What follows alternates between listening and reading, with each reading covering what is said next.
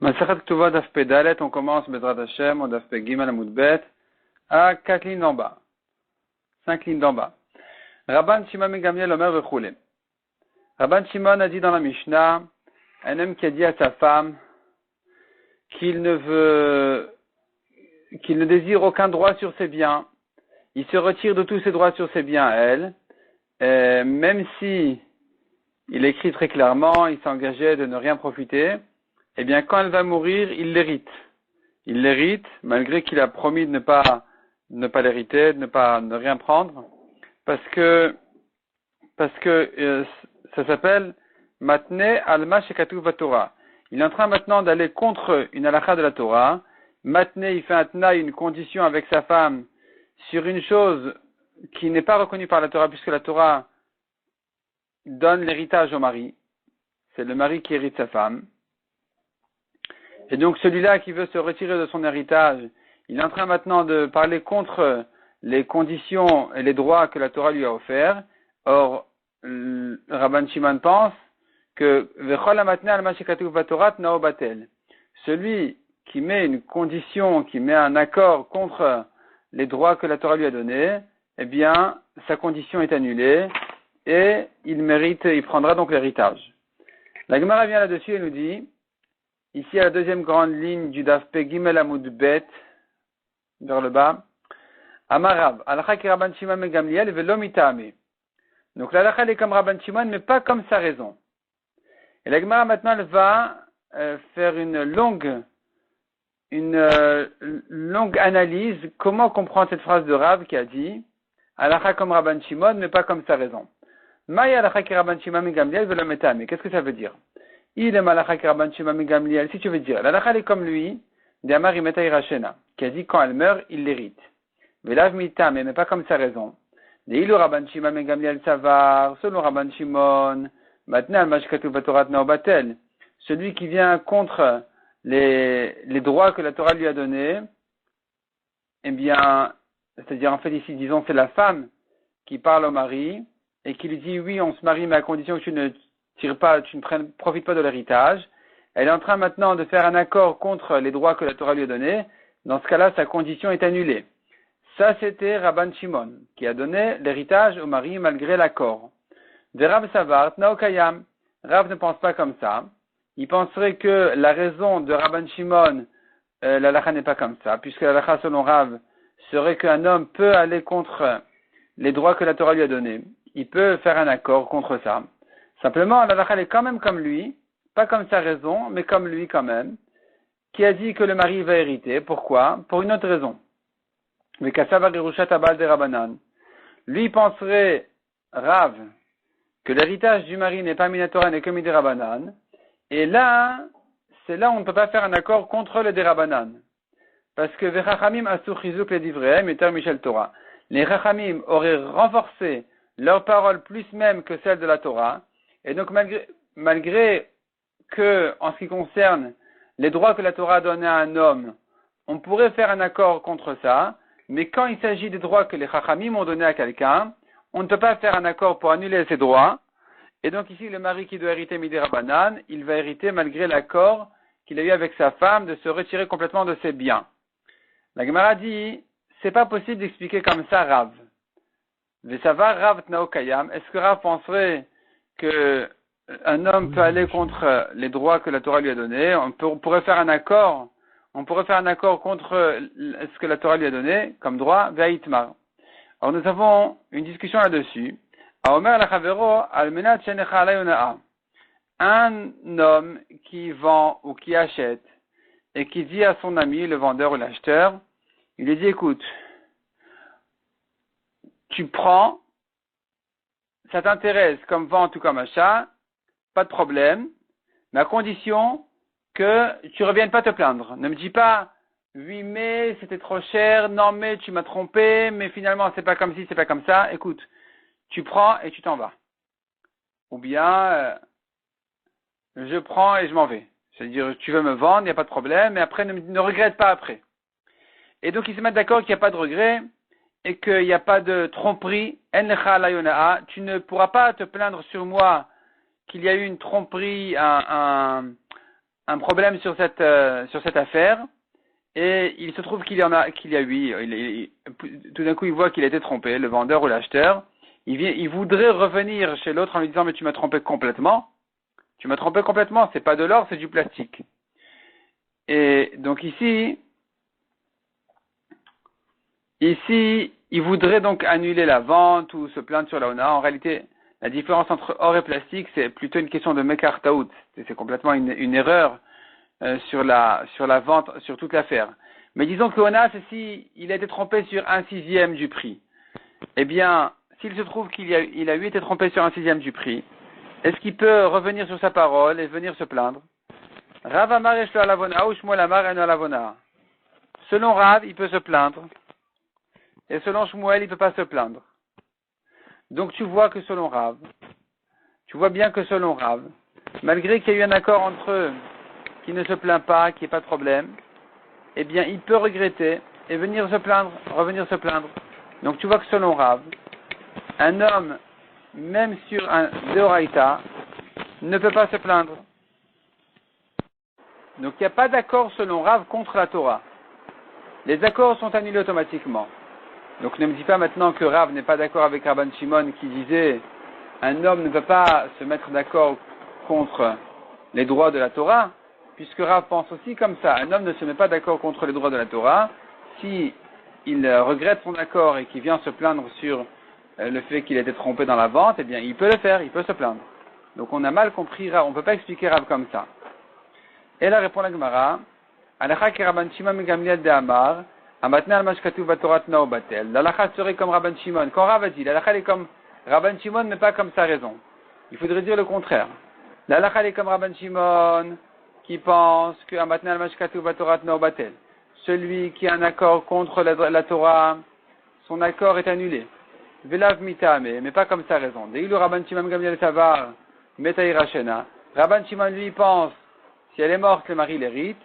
Rav Savar metaïra shena. Et Rav penserait que non, si elle est morte, le mari ne l'hérite pas. Parce que on dira que Rav pense que l'héritage du mari n'est que des Rabbanan, et que les Chachamim n'ont pas renforcé leur parole comme celle de la Torah. Et donc malgré que pour la Torah, Rav a dit, comme on a vu à propos de Ona'a, de la tromperie, on a vu qu'il peut regretter son accord. En ce qui concerne un des Rabbanan, il ne peut pas regretter son accord. Donc finalement, la halakha est comme Rabban Shimon, n'est pas comme sa raison. Comme Rabban Shimon qui a dit, il n'y a pas d'accord contre la Torah, n'est pas comme sa raison qui a dit, le mari hérite. La Gemara dit, c'est faux de dire, la halakha est comme lui, mais pas comme sa raison. On ferait mieux de dire le contraire, d'après ça. La halakha est comme sa raison, mais pas comme lui. Donc la Gemara dit, Hay, mitame, velokel reteu. Ici, ça aurait été plus vrai de dire, la halakha est comme sa raison, mais pas comme ce qu'il a dit, pas comme sa conclusion. Sa raison qui a dit, un homme ne va pas contre la Torah, et sa conclusion qui a dit, l'homme hérite la femme. Ici, non, il ne l'hérite pas. Et là, répond la Gemara, non, il faut comprendre autrement. La halakha est comme lui, dans sa conclusion, qui a dit, le mari, il hérite la femme, même s'il a dit, je ne touche pas ses biens. Mais l'avmita, mais pas comme sa raison. Deilou Rabban Shimon Gamliel Savar Bedoraita Nao Batel. Alors que Rabban Shimon il pense que pour un accord contre la Torah, l'accord est annulé. Habed Rabbanat Nao Kayam. Je sous-entends de là que quand ce sont des droits qui lui ont été offerts mi des Rabbanan, il pourrait aller contre ça. De Rav Savar Afilu Bed Rabbanat Nao Batel. Alors que Rav dit non, la halakha n'est pas comme sa raison, qui pense que c'est que dans un de Oraita, dans un des Rabbanan aussi. Un homme peut se mettre d'accord et perdre ses droits des Rabbanan. La Gemara dit, mais ça aussi c'est faux d'expliquer comme ça Rav, c'est aussi une fausse compréhension. Parce que, Hay, Ketameu Kil Cheteu, ne me dis pas ici, la halakha elle est comme Rabban Shimon n'est pas comme sa raison. Elle est comme sa raison. Et comme sa halakha, simplement, Rav Mosifu. Rav il ajoute. C'est-à-dire, Rav il pense que la halakha elle est comme Rabbi Shimon, que le mari l'hérite. La halakha elle est comme sa raison, qu'un homme ne peut pas faire un accord contre les droits de la Torah. Simplement, Rabban Shimon ne parle que dans un d'Oraita, des droits qui lui ont été offerts min Torah, et Rav ajoute là-dessus même Idé Rabbanan. Donc il ne peut pas dire ici la halakha est comme lui, mais pas comme sa raison.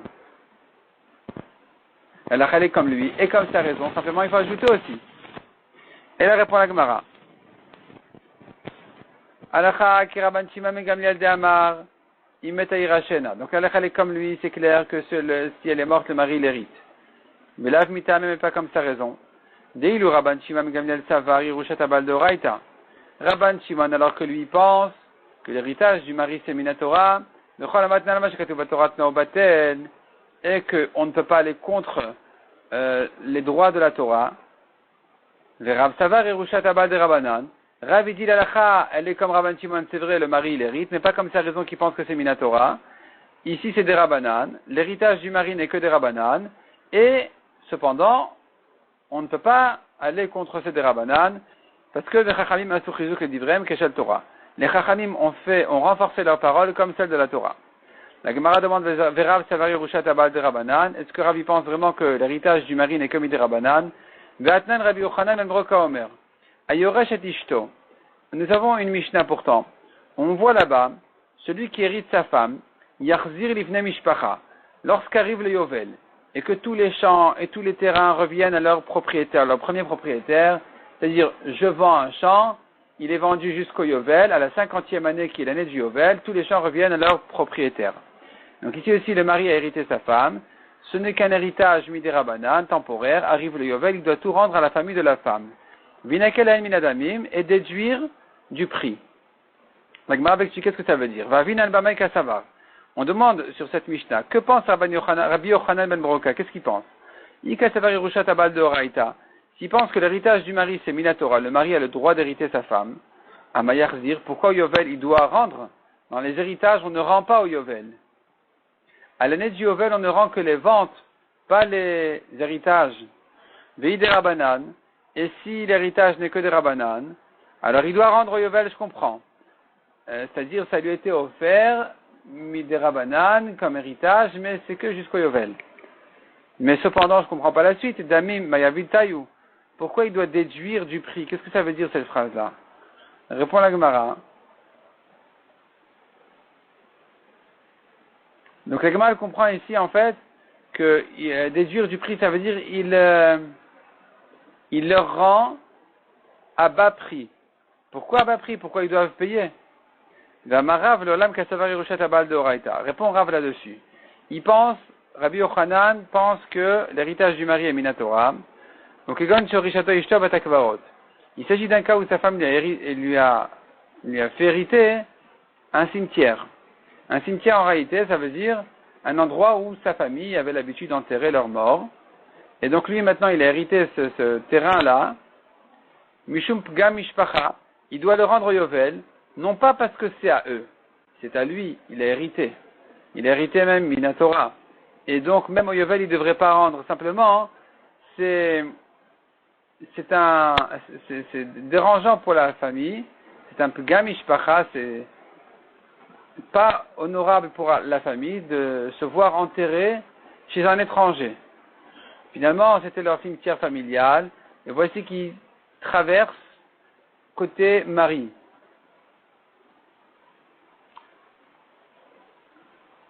Et donc, à cause de ça, les Chachamim ont dit qu'il doit rendre le cimetière au Yovel, mais pour ne pas perdre son argent, il faut qu'on le paye. Donc, Amur Rabbanan Lish Koldme Veliadar. Il prend le prix du cimetière et il doit le rendre. Il ne peut pas le garder. Il doit le rendre, mais il ne va pas perdre en argent parce qu'on va le payer. Alors qu'est-ce qu'il faut déduire du prix? Qu'est-ce que ça veut dire? Le prix de la tombe de sa femme, il ne va pas leur faire payer.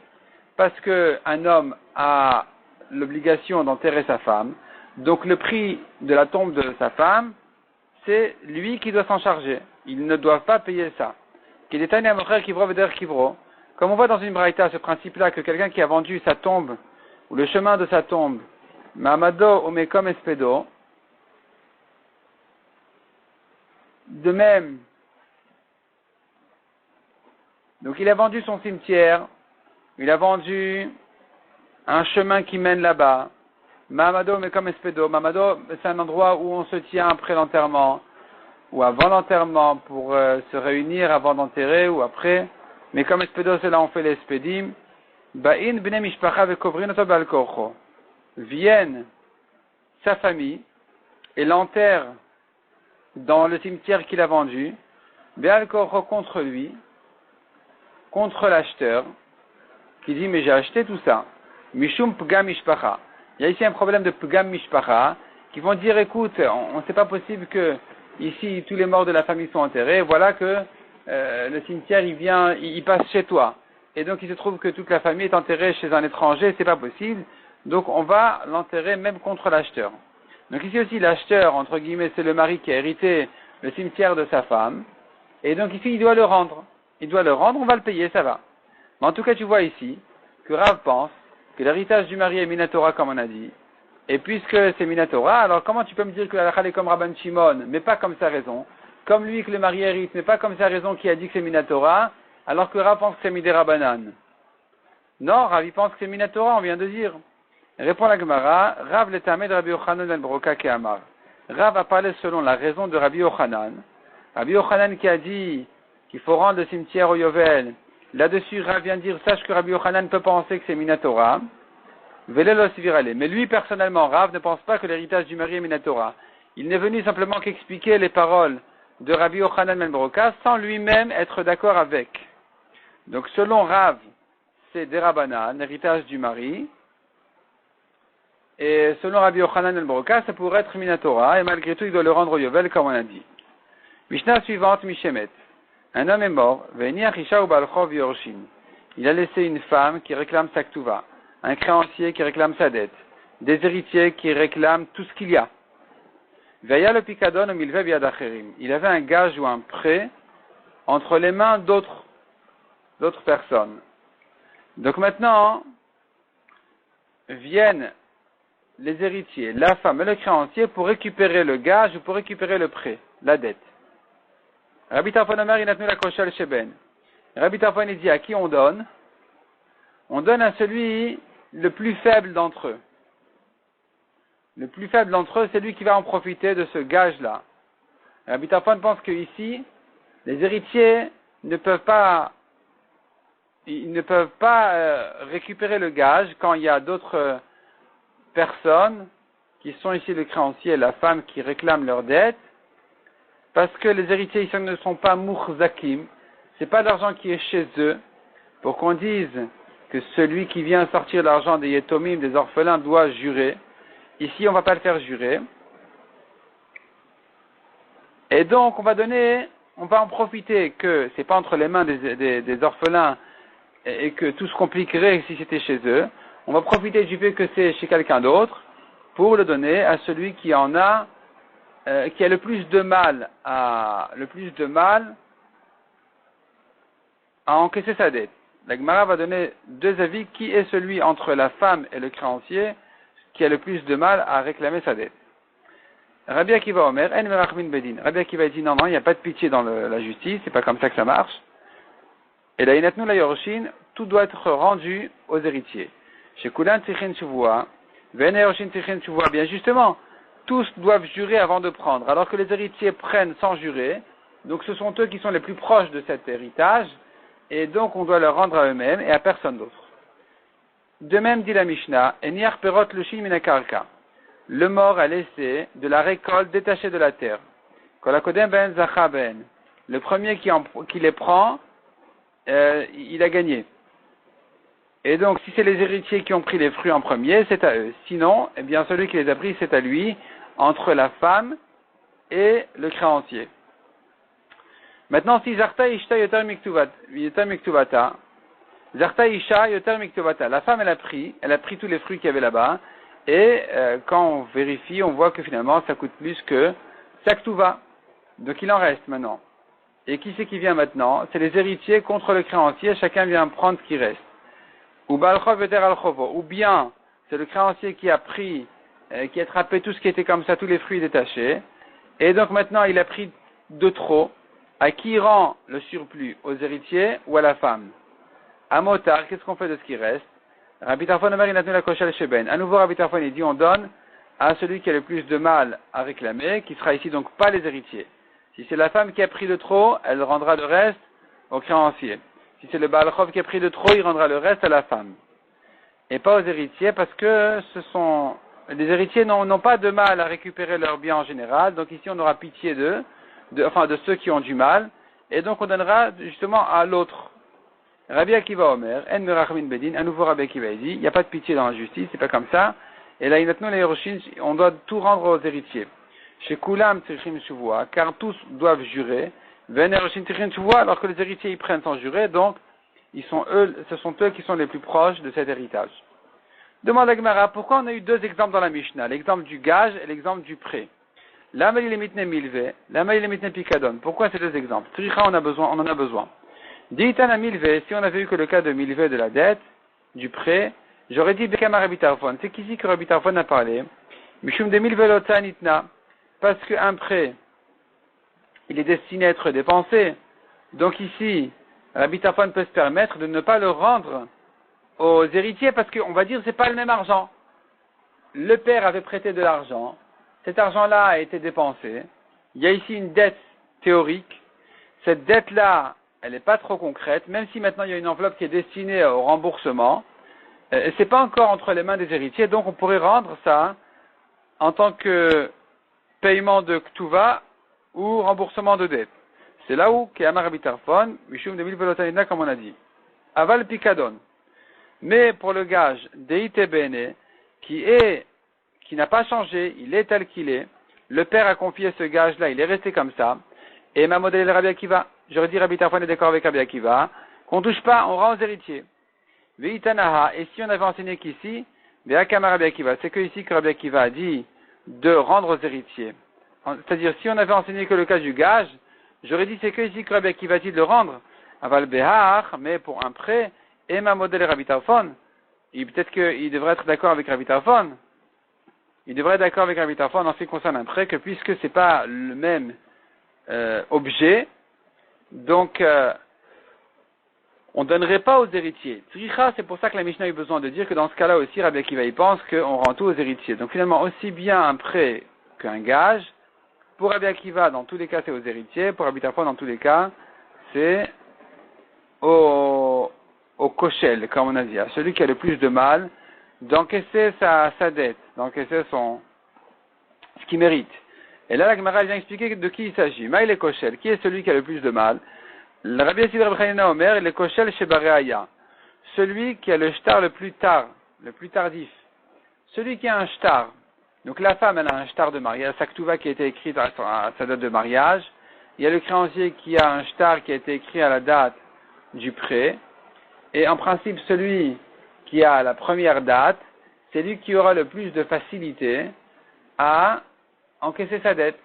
Parce que tout ce qui a été vendu des terrains de cet endetté-là, de ce mari, de cet homme, à partir de cette date-là, eh bien, viendra la femme ou le créancier et va les prendre, va récupérer, il va annuler la vente, il va dire, écoute, c'était à hypothéquer à ma dette, donc c'est pour moi.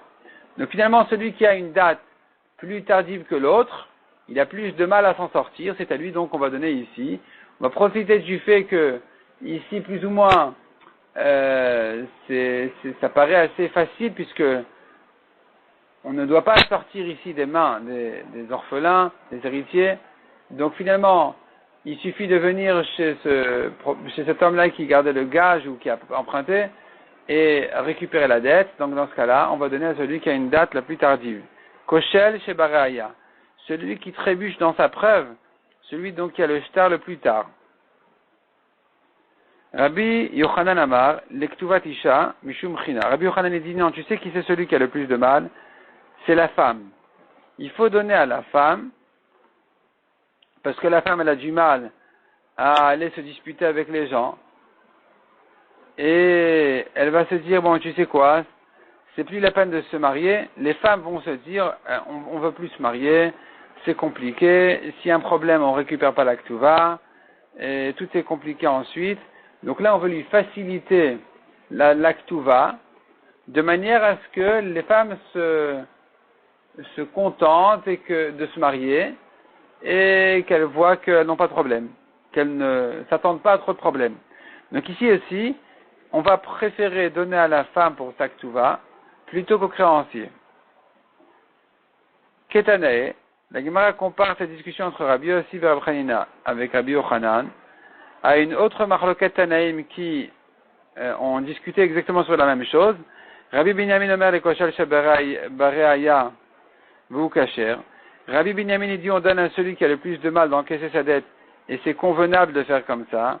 Rabbi Elazar Omer le ktuvatisha mishum china. Rabbi Elazar dit on va donner à la femme pour que les hommes aient la grâce aux yeux des femmes pour se marier avec eux, comme on a dit. Donc on voit ici selon Rabbi Binyamin on donne à celui qui a le plus de mal, c'est-à-dire celui qui a un shtar le plus tard. Donc lui il pense comme Rabbi Yossi Rabbi Chanina, alors que Rabbi Elazar il dit plutôt comme Rabbi Yochanan. Eniar perot atlushin. Donc s'il a laissé des fruits de la récolte qui étaient cueillis déjà de la terre, détachés de la terre, et donc on a vu là-dessus à nouveau, selon Rabbi Tarfon on donne à celui qui a le plus de mal, selon Rabbi Akiva on donne plutôt aux héritiers. Demande à Gemara de Rabbi Akiva Maïri un motard. Pourquoi ici on a dit qu'il a pris, il y en a un qui a pris, et ce qui reste, le motard, ce qui reste, c'est donné à qui? C'est donné, selon Rabbi Akiva, aux héritiers. Donc il y en a un qui a pris des fruits qui étaient détachés de la terre, il en a pris de trop, ce qui reste, c'est rendu aux héritiers. La Gemara demande, mais pourquoi Rabbi Akiva parle que du reste? Kulunami Deorshin à vous. Tout ce qui est là-bas doit être donné aux héritiers selon Rabbi Akiva. C'est que Rabbi Tarfon qui dit que si c'est pas Mourzak chez les héritiers, c'est pas vraiment entre leurs mains, alors il se peut de donner à la femme ou au Baal Chov. Mais Rabbi Akiva n'est pas d'accord avec ça, il dit que tout va de toute façon aux héritiers, pas que le surplus. Enachen Ami répond la Gemara, oui, c'est vrai, effectivement, tu as raison. Ve'aïdi damar Rabbi Tarfon motar, mais puisque Rabbi Tarfon a parlé du surplus, Tanayun Nami motar, donc lui aussi a parlé du surplus, mais en réalité, c'est pas que le surplus, c'est tout. C'est la totalité de la chose doit être donnée, donc, selon Rabbi Tarfon, tout doit être donné aux héritiers. On tourne la page. De Rabbi Akiva, Tfisa le Maniaklal, selon Rabbi Akiva, ça ne sert à rien d'avoir attrapé. Rabbi Tarfon dit celui qui a attrapé, il a gagné. Rabbi Akiva, il ne pense pas comme ça du tout. Amar Rava répond à la Gemara, si ça peut exister, Amar Rava Marav Nachman, vous chez Tafas Mechaim. S'il a attrapé du vivant, de son endetté, de son emprunteur, là ça va. Ou la femme du vivant de son mari, ce qu'elle a attrapé, elle a attrapé. Et après sa mort, on pourra laisser chez elle, ou chez lui, chez le créancier. Mais tout ce qui a été attrapé après la mort, c'est fini. On sort de ses mains d'après Rabbi Akiva et on rend tout aux héritiers. Ou le Rabbi Tarfon demande à Gemara selon Rabbi Tarfon, qui a dit que celui qui a pris, a pris. Deman Cherecha. Où ça se trouve que tu dises que les héritiers n'ont pas acquis automatiquement? Selon Rav Shmuel, il s'agit que c'est les objets en question, ou les fruits ici, sont réunis et posés dans un domaine public, donc ce qui fait que finalement les héritiers n'ont pas du tout acquis cette chose-là. Aval Besim Talo, mais si c'est dans une petite ruelle, où là-bas les hommes d'affaires ils se rencontrent pour parler tranquillement de leurs affaires, c'est un endroit où il y a plus de kinyanim. Ici, les héritiers ont acquis. Si ça se trouve là-bas, les héritiers automatiquement ont acquis, on ne peut pas leur prendre. Rabbi Yochanan et Resh Lakish j'aimerais tarva, yoafilu besimta. Rabbi Yochanan et Resh Lakish, je pense que même dans une petite ruelle, celui, d'après Rabbi Tarfon, qui a attrapé ces fruits en question, il les a pris. En parlant donc soit de la ktuva de la femme, soit du créancier qui vient récupérer sa dette. Dundain et Rabbi Tarfon. La Gemara raconte qu'une fois les juges ont jugé comme Rabbi Tarfon de dire que on ne rend pas aux héritiers. Ve'adre Resh Lakish l'uvdaminayu. Resh Lakish a retourné le jugement. Il a dit non, ça marche pas, c'est pas bon. Il faut rendre aux héritiers. On ne fait pas comme Rabbi Tarfon. Amal et Rabbi Yochanan asita keshel Torah. Rabbi Yochanan a dit à Resh Lakish, tu as exagéré un peu là. Tu fais de Rabbi Akiva comme si c'était Minatora, comme si c'était une halakha le Moshe Mishina, c'était Minatora, qu'il faut tout rendre aux héritiers. Donc, a priori, tu veux faire comme Rabbi Akiva, ça va, mais si on a déjà fait comme Rabbi Tarfon, de là à retourner le din, là c'est trop. Lema be'akamiflagé. Quelle est leur discussion de Rabbi Yochanan et Resh Lakish? La Gemara propose de dire que leur discussion est à savoir, Demar Savar, Ta'ab Idvar Mishnah Choser. L'un pense, un Dayan, un juge, qui s'est trompé dans une halakha très claire, eh bien, il change d'avis. Il fait marche arrière. Ou Mar Savar, Ta'ab Idvar Mishnah no Choser. Et l'autre pense que non. Même si s'est trompé sur une chose, une erreur très claire, le juge, ce qu'il a fait est fait. Donc ici aussi,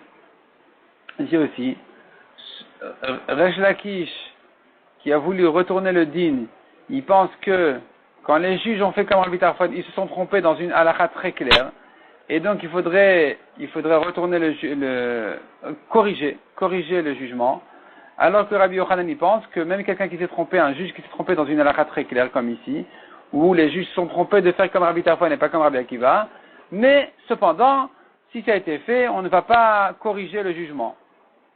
La Gemara dit non, c'est pas ça leur discussion. Tout le monde est bien d'accord qu'un Dayan qui s'est trompé dans une chose très claire, eh bien, il corrige son jugement. Ici, leur discussion est à savoir, c'est quoi leur machloket? Un, il pense, quand il va contre son ami, mais pas quand il va contre son maître comme ici, où Rabbi Akiva, il parle contre Rabbi Tarfon. Donc ici, Rabbi Yochanan pensait qu'on ne va pas dire ici la halakha comme Rabbi, ici c'est-à-dire, oui, j'ai bien dit.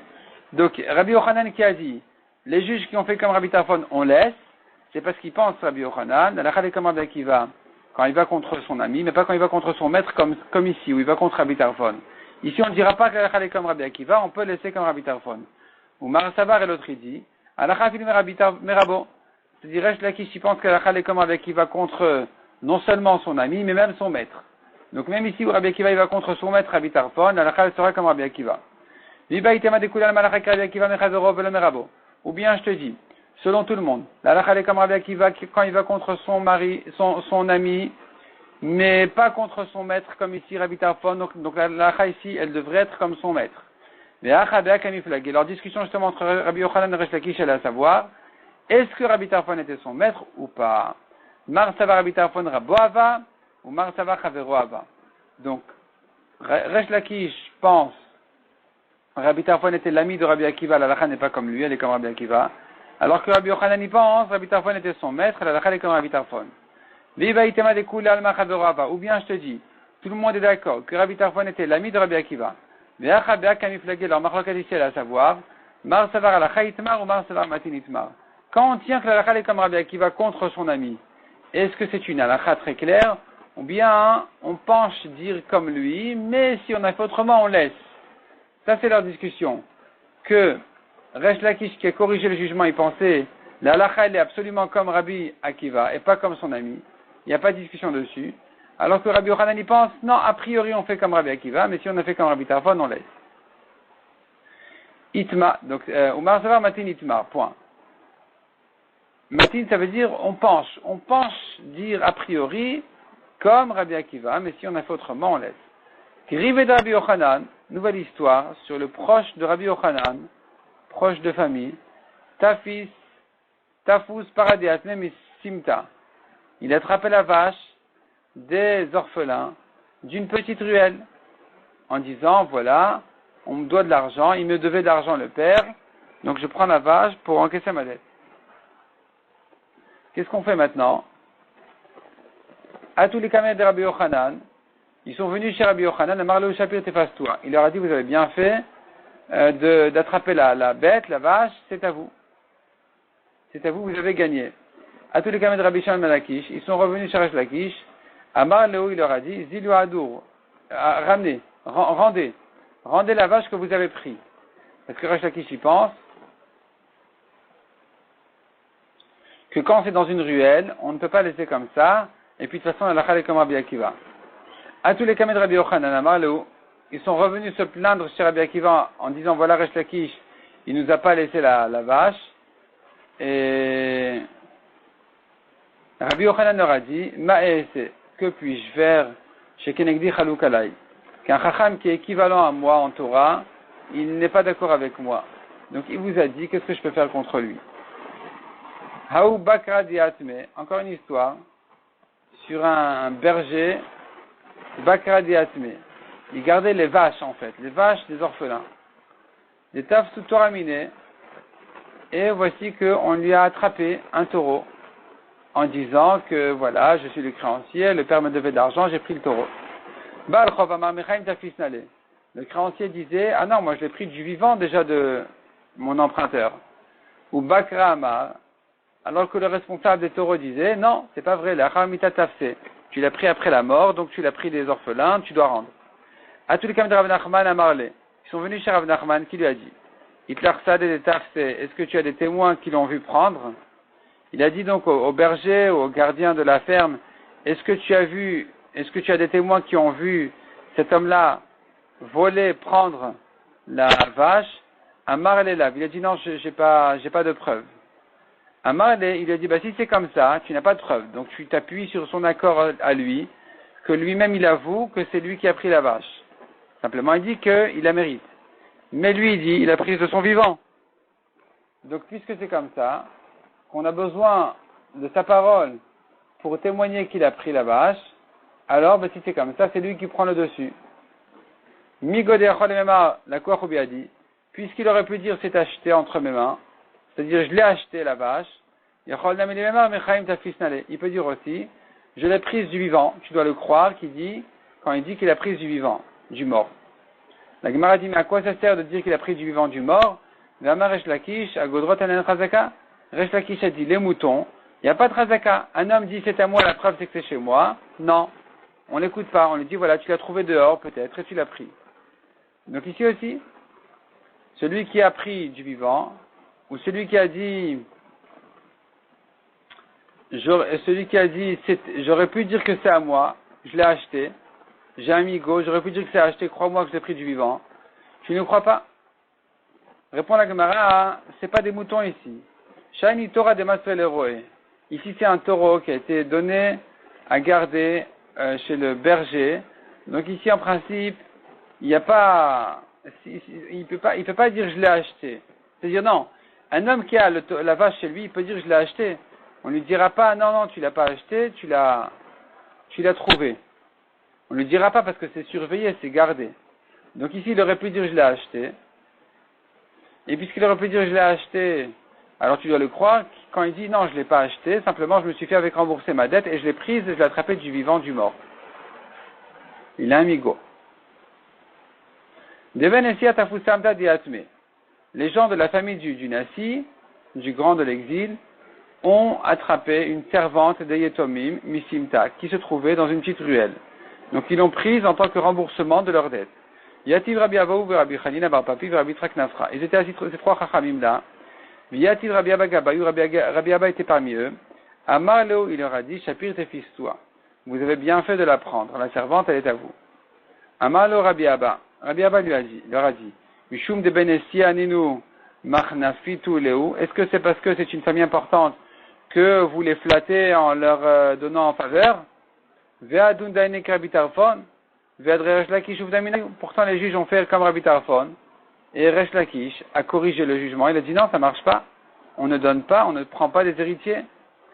Donc ici, quand ils ont attrapé la servante de la petite ruelle et que les Chachamim ont voulu, lui ont dit, tu as bien fait de l'attraper. Non, ça marche pas. Les juges qui ont fait comme Rabbi Tarfon, Resh Lakish les a corrigés en leur disant non, on ne donne pas, on rend aux héritiers. Donc finalement la Gemara n'a pas accepté cela et il se trouve donc il fallait rendre d'après Rabbi Abba, il fallait rendre donc la servante. La Gemara continue à ramener d'autres histoires qui se prolongent sur le daf suivant. On va laisser ça pour le daf suivant, Bezrat Hashem, toujours autour de cette question-là. Qui c'est qui peut prendre ici, si c'est plutôt le créancier ou les héritiers. Donc on va laisser ça pour le daf suivant, Bezrat Hashem.